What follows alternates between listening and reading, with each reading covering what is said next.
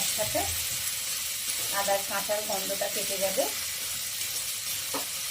তারপরে আমি এই যে সর্ষে বাটাটা এটার মধ্যে দিয়ে দিলাম, দিয়ে এবার একসাথে ভালো মতো করে কষিয়ে নেব। এই কষিয়ে নিচ্ছি মশলাটাকে এবার।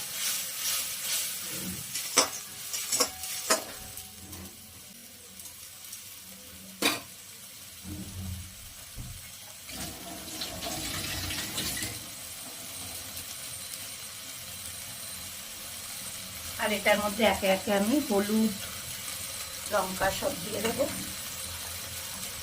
এই দেখো হলুদ গুঁড়ো দিয়ে দিলাম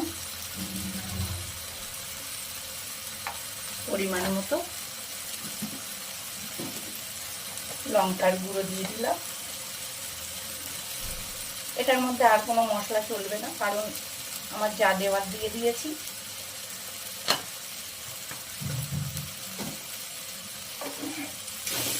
হলুদ আর লঙ্কার গুঁড়ো দিয়ে দিলাম, দিয়ে এবার মশলাটাকে ভালো করে কষিয়ে নেব। আর কষানো হয়েও গেছে, এবার আমি পুঁই শাকটাকে এর মধ্যে দিয়ে ভালো করে কষাবো। আর মাছের মাথাটা পরে দিচ্ছি।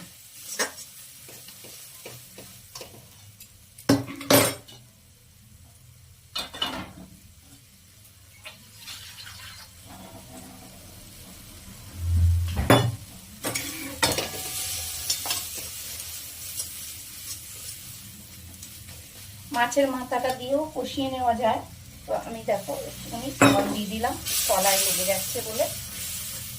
আর একটু জল দিয়ে একটু পাতলা করে আর একটু ভালো করে কষবো।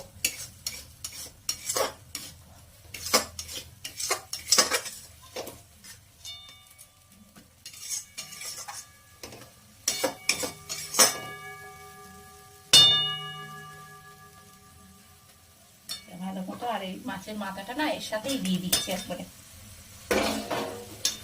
মশলাটার সাথে দিয়ে ভালো করে এই যে একটু কষিয়ে নেব। নিয়ে তারপরে এবার আমি পুঁই শাকটা ওর মধ্যে দিয়ে দেবো। মশলাটা আমার ভালো করেই কষানো হয়ে গেছে। আর আমি এটার মধ্যেই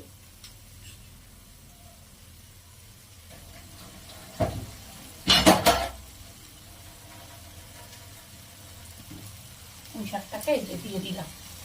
এইটা ভালো একটু হালকা ভাপিয়ে নিয়েছি, কচি থাকলে ভাপাই না।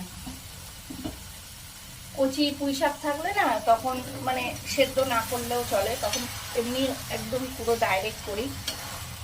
কিন্তু এটা একটু ডাঁটাগুলো মোটা মোটা বলে ওই জন্য হালকা একটু ভাপিয়ে নিলাম। তো এই মশলাটা দিয়ে এবার আমি এটাকে কষাবো।